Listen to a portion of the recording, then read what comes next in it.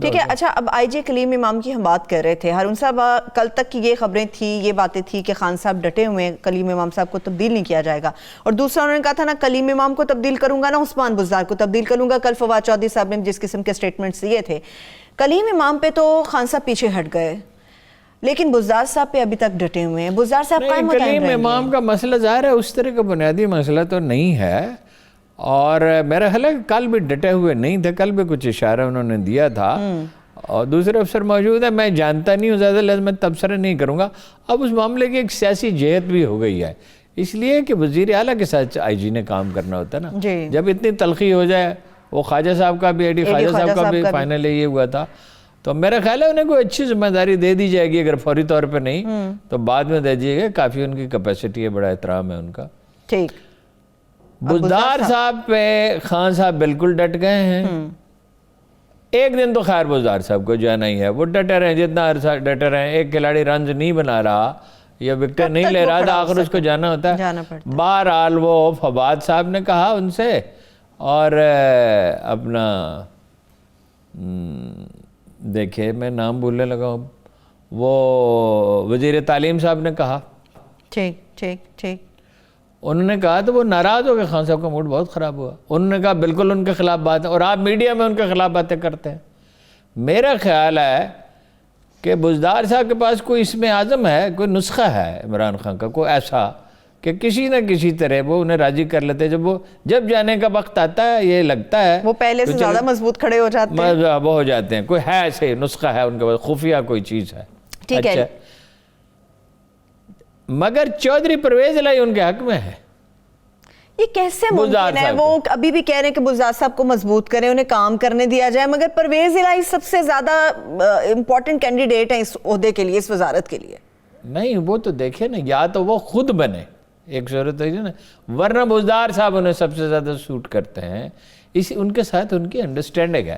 دیکھیں تنقید کرنے کو طارق بشیر چیمہ نے بھی کی تھی, مگر اس کی تنقید ایسی ہوتی ہے, مقصد ہوتا ہے کوئی بات منوانے کے لیے.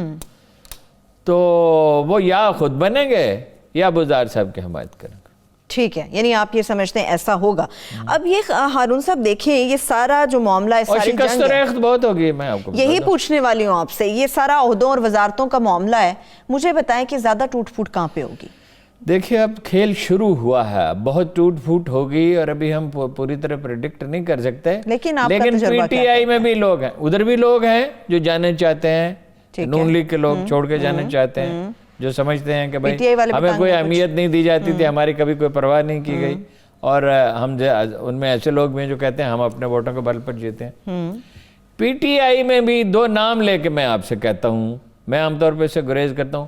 سبطین خان بھر پائے پی ٹی آئی سے, اور علیم خان بھی بھر پائے پی ٹی آئی سے, صرف وزاداری نبھا رہے ہیں. مطلب یہ نہیں چاہتے, علیم خان کا بھی مزاج ایسا نہیں ہے کہ اس طرح اچانک چھوڑ کے چلا جائے. پہلے بھی کسی کے ساتھ اس کا تعلقات اس نے نبھانے کی کوشش کی تھی, مگر جو سلوک اس کے ساتھ کیا گیا, جس طرح نظر انداز کیا گیا, دیکھیے سب سے زیادہ ایثار اس نے کیا. جن لوگوں نے سب سے زیادہ ایثار کیا ہے انہیں اہمیت نہیں دی.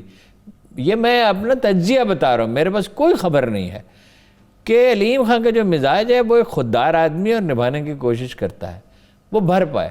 سبطین خان کا بڑا دلچسپ معاملہ ہے, وہ آپ بتائیں. سبطین خان کے جانے کے بعد محکمہ جنگلات کے کچھ افسروں کا نائب نے طلب کیا ہے, اور یہ کہا کہ جب تک تو وہ تھا تو وہ راجن پور وغیرہ میں جو جنگلات لگائے گئے تھے وہ تو نہیں کٹے, مگر جب چارج وزیر اعلیٰ کے پاس چلا گیا تو درخت کیسے کٹنے شروع کر, بے شمار درخت کٹ گئے ہیں. وہ میں ڈاکومنٹ حاصل کرنے کی کوشش کر رہا ہوں, اگر مل گیا تو کل آپ کو پڑھ کے سنوں. ٹھیک ہے, یعنی دیکھیں پھر یہاں پر وہی شیخ رشید صاحب آ جاتے ہیں. ہارون صاحب آپ ہمیشہ انہیں ایزی لیتے ہیں, آج بھی انہوں نے یہ بات کی ہے کہ پی ٹی آئی کے اندر بھی کچھ لوگ ایسے موجود ہیں جو چاہتے ہیں وزارت ملے, یعنی کہ وہ اشارہ کر رہے ہیں ٹوٹ پھوٹ پی ٹی آئی کے اندر ہو جائے گی. ہاں نہیں, میں ایزی نہیں لیتا, میں کہتا ہوں ہر یہ سیاستدان کا کام نہیں, ہر وقت وہ ریلوے پہ اپنا کام کریں, یہ بڑی ملک کی خدمت ہوگی, اور کام انہوں نے کیا بھی ہے, خیر ایسی بات نہیں. ریلوے میں ان کے پرفارمنس بری نہیں ہے, بری نہیں ہے, منمانی ضرور کرتے ہیں, اور افسروں کے ساتھ بعض اوقات رویہ تلخ ہو جاتا ہے, لیکن انہوں نے اس میں کچھ ڈیلیور تو کیا ہے. میں کہتا ہوں بغیر سوچے سمجھے ہر وقت بیانات دینا، اور سب باتیں کیا کہنے کی ہوتی ہیں، ایک وزیر کا یہ کام ہے، یہ نہیں ہر وقت بچوں کی طرح توجہ حاصل کرے، یہی فواد کی عادت ہے، یہی اس کی عادت ہے، لائم لائٹ میں رہنا چاہتے ہیں، لائم لائٹ میں رہنا چاہتے ہیں۔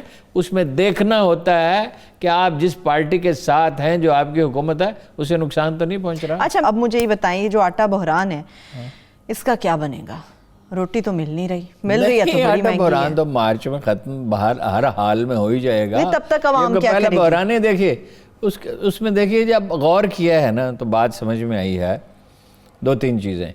ایک تو یہ کہ یہ ذخیرہ اندوزی ہے، گندم کی پیداوار کم نہیں ہوئی، ان کے اندازے ویسے غلط تھے، اتنی زیادہ بھی نہیں تھی، مگر ایسی نہیں تھی کہ امپورٹ کرنی پڑے، وہ لے گئے افغانستان اور کچھ ذخیرہ اندوزی کر لی۔ جب لوگوں کو معلوم ہو کہ 1500-1600 روپے جو 1100 روپے 1200 روپے اس وقت تو اتنے میں ہی خریدتے ہیں زیادہ تر، یہ 2400 روپے جو 2800 روپے تک آٹا چکیوں میں ملا، یہ کبھی نظام بنایا ہی نہیں گیا کہ بہت سے لوگ تو چکیوں سے آٹا خریدتے ہیں، فلور ملوں کا تو برائے نام اضافہ ہوا، لیکن فلور ملوں کا جو آٹا ہے وہ بہت سے لوگ استعمال نہیں کرتے۔ عام تاثر یہ ہے، اور سٹڈیز میں بھی ہیں کہ اس میں سے بہت سا قابل استعمال نہیں ہوتا، انسانی صحت کے لیے نقصان دہ، اور وہ ایک تو اس میں سے چوکر نکالتے ہیں، سوجی نکالتے ہیں، میدا نکالتے ہیں، ایک یہ ہے کہ اس میں سب سے برا پہلو ایک سٹور ٹھیک طریقے سے نہیں کیا جاتا۔ صحیح۔ اچھا اب چکیوں کا کیا ان کے پاس کوئی ڈیٹا ہے؟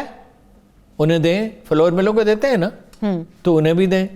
اور دوسری بات یہ ہے کہ سمگلنگ روکیں، یہ جب تک سمگلنگ نہیں روکے، سینٹرل ایشیا دیکھیے، سینٹرل ایشیا میں بعض اوقات دگنی قیمت پہ، یہ جیسے ہمارے بنیر وغیرہ میں مظاہرے ہوئے ہیں نا جی، جو مشکل راستے ہیں نا افغانستان سے، دگنی قیمت پہ بکتی ہے۔ میں نے جیسے آپ سے پہلے کہا کہ اگر ریلوے لائن بچھا دیں اور اس کو سمگلنگ، ہمارے اور بہت سے مسئلے حل ہو جائیں۔ اس سمگلنگ روکنے کا 30 کروڑ روپے مجھے ایک چیف آف آرمی سٹاف نے کہا کہ لوگوں کا یہ حال ہے، چیف آف آرمی سٹاف نے، میں کہہ رہا ہوں، کہا کہ مجھے 30 کروڑ روپے رشوت آور کی گئی پولیٹیکل ایجنٹ لگانے کے لیے۔ یہ پولیٹیکل ایجنٹس کا کام ہے۔ ایک اور بہت ذمہ دار آدمی نے کہا کہ 28 کروڑ روپے کے مجھے آفر کی گئی۔ یہ جو قبائلی علاقے میں اگر یہ نظام آپ نہیں ٹھیک کرتے مانیٹرنگ کا، اور یہ سمگلنگ جاری رہتی ہے، تو کیا صرف گندم ہی کی سمگلنگ ہوتی ہے؟ یہ جو ڈیزل اور پیٹرول فراہم کیا جاتا ہے امریکہ کو، جو بہت بڑے پیمانے پہ، اس میں اربوں روپے کا گھپلا ہے۔ یعنی ہوتا یہ ہے، اس پہ چونکہ ٹیکس نہیں ہے، وہ جو کئی کمپنیاں ہیں وہ خریدتی ہیں، ٹھیک ہے، اور وہ لے جانے کے لیے خریدتی کیا ہے، مطلب انہوں نے ڈیلیور کرنے کے لیے، اس پہ ٹیکس نہیں ہے نا، ظاہر ہے اس پہ تو ٹیکس نہیں، وہ پاکستان میں استعمال ہونا، اور وہ خالی کر دیے جاتے ہیں سندھ کے بعض مقام پہ، اوباڑا میں اور جگہ پہ، اور ایرانی تیل اس میں بھرا جاتا ہے سمگل کیا ہوا۔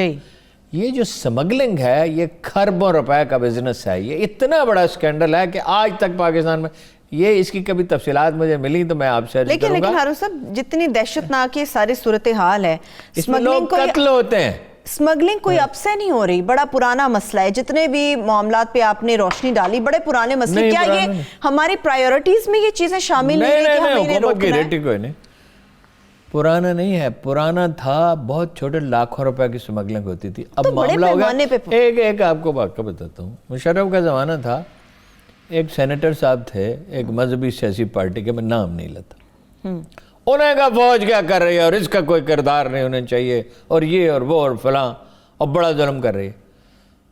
تو اس کے بعد خاموش ہو گیا۔ میں نے کسی افسر سے پوچھا، بھائی تو بالکل ہی چپ کر گیا۔ اچھا، انہوں نے کہا یہ ایران سے تیل کی سمگلنگ کرتا تھا، اس کو اطلاع دی گئی، ہمیں معلوم ہے آپ سمگلنگ کرتے ہیں، اس کے بعد اس کے اخلاق میں بڑی بلندی آ گئی ہے۔ اچھا، سمگلنگ کا دھندا کھربوں تک پہنچ گیا ہے، اور اس کو روکیں گے تو معیشت ٹھیک ہوگی، اس کے بغیر نہیں ہوگی۔ اس کا مطلب ہے اندر کے بڑے لوگ انوالو ہیں ہارون صاحب؟ بالکل انوالو ہیں، اس میں افسر انوالو ہیں، اس میں بعض اوقات فوجی افسروں کے خلاف کارروائی کی گئی ہے، فوج میں تو پھر بھی آدمی پکڑا جاتا ہے تو کارروائی ہوتی ہے، اس میں بڑی بڑی کمپنیاں انوالو ہیں جو باقاعدہ، ویسے اس میں اوگرا کے لوگ انوالو ہیں، اوگرا جناب والا، اس میں اور لوگ انوالو ہیں، وہ ساری تفصیل کبھی ملے گی تو بتاؤں گا۔ یعنی کہ اپنا اپنا حصہ بقدر جو سب وصول کرتے ہیں، راستے میں جو پولیس والے ہیں ان کو بھی حصہ دیتا ہے۔ یعنی کہ پھر وہ سارا خمیازہ تو پاکستان کی عوام بھگت رہی ہے. اور یہ مہنگائی کیا بڑھتی ہے. پاکستان کی اکانومی جو ہے وہ بہت بڑی نہیں ہے, مگر ایسے ہم اپنی گندم خود پیدا کرتے ہیں, اپنی سبزیاں دالیں زیادہ تر خود پیدا کرتے ہیں, اور اپنا گوشت خود پیدا, کھانے پینے کی چیزیں تو موسٹلی ہم زیادہ پیدا کرتے ہیں. تو یہ smuggling is one of the basic reasons. رشوت اور سمگلنگ اور منی لانڈرنگ اور انڈسٹریلائزیشن نہ کرنا, یہی ہے. اچھا, رشوت سے مجھے بات یاد آ گئی, یہ ویسے ٹاپک سے تھوڑی ہٹ تو جائے گی, لیکن مجھے جاتے جاتے بریک کی طرف یاد آ گئی. کامل علی آغا صاحب فرما رہے ہیں کہ خان صاحب کی جب سے گورنمنٹ آئی ہے نا, رشوت کا ریٹ بھی بڑھ گیا ہے. اس میں تو پہلے 5,000 میں بات ہو جاتی تھی, اب 50,000 میں بھی نہیں مانتے. اس میں تو کوئی شبہ ہی نہیں ہے. یہ کامل علی آغا کیا پی ٹی آئی کے لیڈر کہتے ہیں کہ رشوت کا ریٹ بہت بڑھ گیا. مطلب یہ کرپشن کے خلاف ہیں, رشوت کے خلاف ہیں. وہ ہر کرپشن کا ختم کرنے والے ادارے کہاں ہیں؟ یعنی اینٹی کرپشن کو آپ نے کتنا طاقتور بنایا ہے, ہاں, اور کتنی مانیٹرنگ ہے, اور کتنی آپ کی لوکل انٹیلیجنس اچھی ہے. کرپشن کا ریٹ تو بہت بڑھ گئے. اب آپ کہہ سکتے ہیں کہ عمران خان صاحب رشوت نہیں لیتے, آپ کہتے ہیں, لیکن وزیر اعلیٰ کے بارے میں تو شکایات ہیں, کوئی بہت بڑی بڑی تو نہیں ہے مگر ہیں شکایات. وزیر اعلیٰ کے بارے میں آپ بات, ہاں وزیروں کے بارے میں ہیں. اور مطلب بعض برس کا جہاں اندیشہ ہوتا ہے وہاں کم ہوتی ہے. پختونخوا میں بھی ایون جہاں پولیس کافی اچھی ہے وہاں بھی واقعات ہوتے رہتے. اور سندھ تو ماشاءاللہ, سندھ کے تو کیا کہنے, سندھ پہ تو کوئی اسٹڈی ہو, کوئی کتابیں لکھی جائے تو دنیا دنگی رہ جائے کہ یہاں پہ کیا کچھ ہوتا ہے. چلے میں بریک کی طرف بڑھ رہی, بریک سے واپس آئیں گے جب جس طرح سے ہارون صاحب نے معیشت کے حوالے سے بات کی, پاکستانی معیشت کے حوالے سے بات کریں گے. اقوام متحدہ کی جو رپورٹ ہے کہ اصلاحات تو ہوئی ہیں جن کے باعث دیکھا جائے گا کہ 2021 میں پاکستان کی جو اکانومی ہے اس میں بہتری آئے گی, مگر بڑی معمولی یہ بہتری ہوگی. اس کے علاوہ اس رپورٹ میں کیا کچھ باتیں کہی گئی ہیں اور کن کن زاویوں کے اوپر مزید حاشیے کھینچے گئے ہیں, اس سے متعلق ڈیٹیل میں بات کریں گے. Stay with us.